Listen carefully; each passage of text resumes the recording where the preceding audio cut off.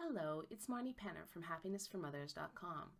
And today I'd like to talk about how I overcame probably one of the most severe cases of anxiety that you could have. I actually have overcome 3 different kinds of anxiety in my life. Severe social anxiety from when I was 21 to 25 years old, and then motherhood anxiety. And then after that, just the anxiety of putting myself out there on the internet like I'm doing right now. So today I'm going to talk about the first type of anxiety because it was the absolute worst. And it took me 4 years to find the solution. And the solution, I believe, is very powerful. And this solution has helped me with motherhood anxiety and with getting out on the internet anxiety as well. So when I was 21 years old, suddenly what it seemed like in a matter of a few days, I was suddenly absolutely terrified of absolutely everyone that I liked or loved or had any feelings towards. So I was terrified of my best friends, my acquaintances, my teachers, my classmates, my family members. I was scared of absolutely everybody except maybe strangers who didn't like me, who didn't know me, I didn't know them. I went to this psychologist at the university, and it made it worse. All this talking about my anxiety and talking about my intrusive thoughts, it just made it worse and worse and worse. And I was trying to do the exercises she was giving me, and it was just making it worse. And so that didn't work. I tried different medications. I even dropped out of university for temporarily. I tried medications. I remember the one, and they didn't work. The one medication prevented my heart rate from going up. And so what would happen is I'd trip on something a little bit, like it was happening all the time. Something would happen. I would lose my balance. And instead of catching my fall, I would literally go from vertical to horizontal without me knowing what happened. Suddenly I was flat on my face. So yeah, and that was how I was getting through my days, getting through the job. I was working with people in my job, and so I was taking this medication, and I was finding myself flat on my face almost every time I went to get my coworkers' muffins down the street. So so that wasn't helping. So I went to Europe. I was an au pair in 5 different countries. I loved working with children. I wasn't as scared of children. And I hung out with a few au pairs I met. You know, they were still kind of strangers. If I started becoming friends, then I'd move on to the next stranger. Like, it was really, really bad. I then went back to university in a different city and started studying linguistics. And it was still really bad. Still frightened of my teachers, frightened of the other classmates, just scared of the world, And then when I was 25, I decided that I was going to go to Hungary. I was interested in Eastern Europe, and I wanted to learn Hungarian.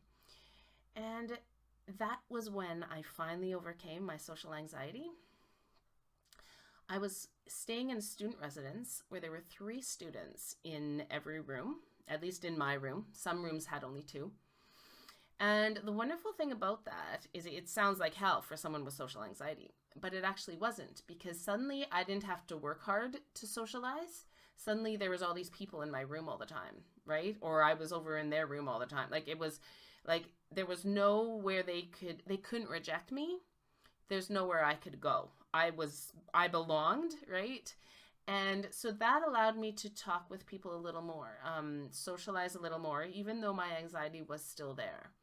And then I made friends with someone really, really special. And he taught me this solution, where him and I together found my solution. And this is what it was. I realized that love and honesty is stronger than fear. So what I realized was that I actually love people very, very, very much. I love my friends very, very much. And it shows in my eyes how much I love them. And I was ashamed of this. I felt that I love people more than I'm supposed to love people. And because of that, I had to somehow hide it. And it was trying to hide it that caused the anxiety and that kept it going. And so I realized, okay, if I dare to show people how much I love them and just love them, then it gets a little easier to talk to them. It's stronger than the fear, right? It's almost like you can only feel one emotion at one time. And the positive emotion of love is stronger than the negative emotion of fear. And so that was really powerful. But there was one more thing that was really, really important. I found that by loving the person in front of me, it wasn't enough. What I also had to do was be completely and utterly honest with this person about how I was feeling in that moment.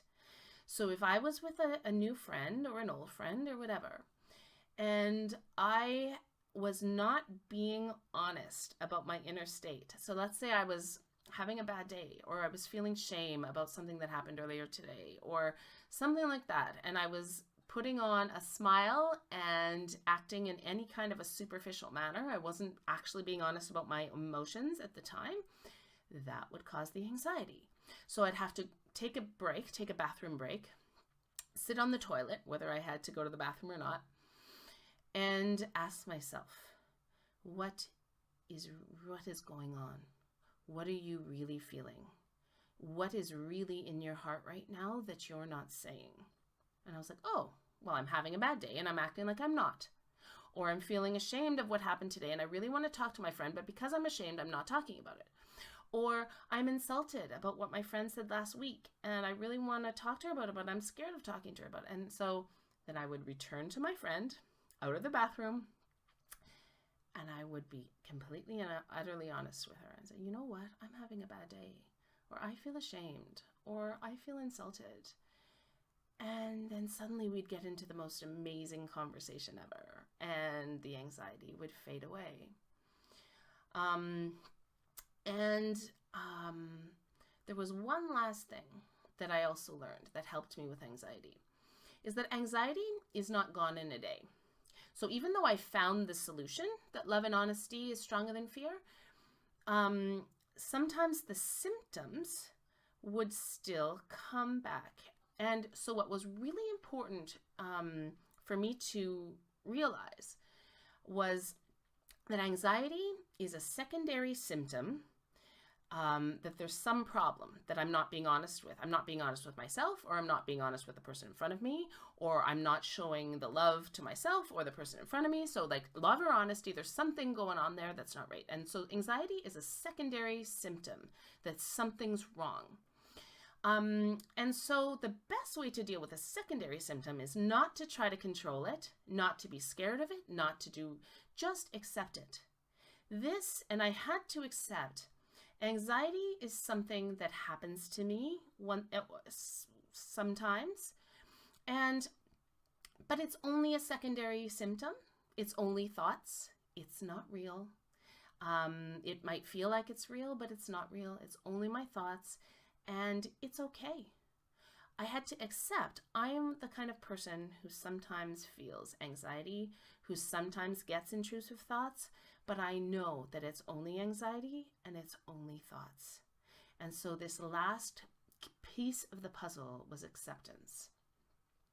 And because I had found those three ingredients, love, honesty, and acceptance, my anxiety just faded and faded and faded. And today I can truly say that I have more best friends than I could ever have imagined having. Like, I have lots of best friends. So I can truly say that I have overcome my social anxiety. And even to the point of being able to talk about it today.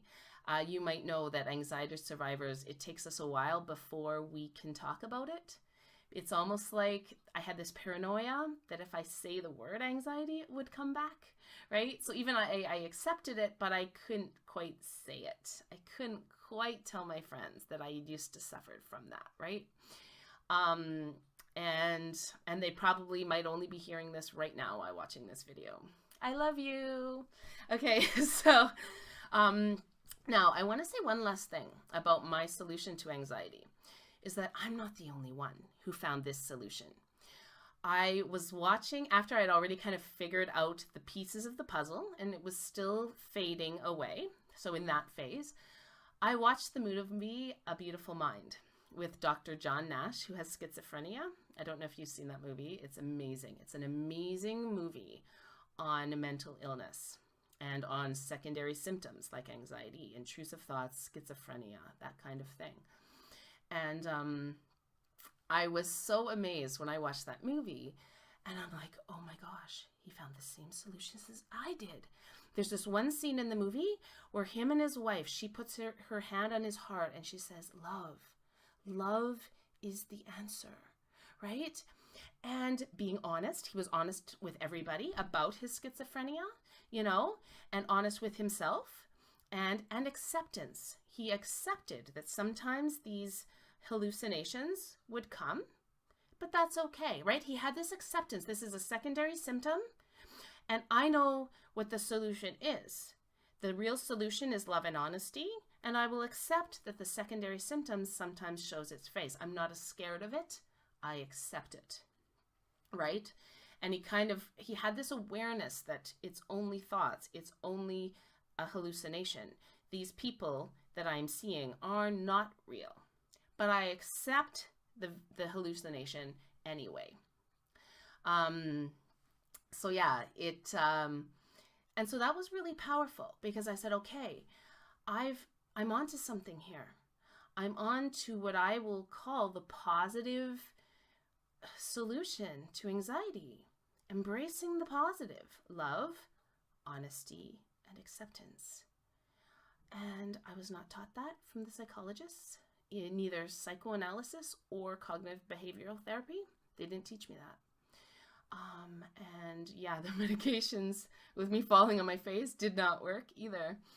So yeah, so I hope this was helpful. Tomorrow, I'm going to be making a video on how this knowledge that I got from severe social anxiety helped me with motherhood anxiety. So I can't wait to do that video, and I will talk to you tomorrow. All right, thank you. Bye.